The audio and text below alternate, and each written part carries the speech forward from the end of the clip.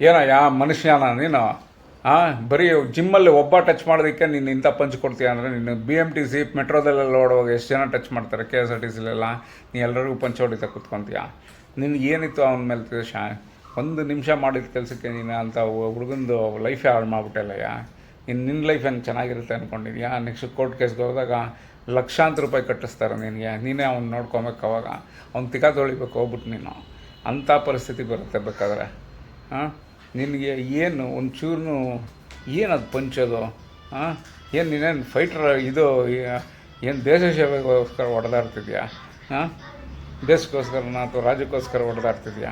ಈ ರೀತಿ ಹಿಂಗೆ ಮಾಡಿದ್ರೆ ಜನ ಹೆಂಗೆ? ನಿನ್ನ ಅಟ್ಲೀಸ್ಟ್ ನಿಮ್ಮ ಮನೆ ಏನಾದರೂ ಜ್ಞಾಪಕ ಆಗಲಿಲ್ವಾ? ಅಥವಾ ಅವ್ರ ಮನೆಗಳು ಜ್ಞಾಪಕ ಆಗಲ್ವಾ?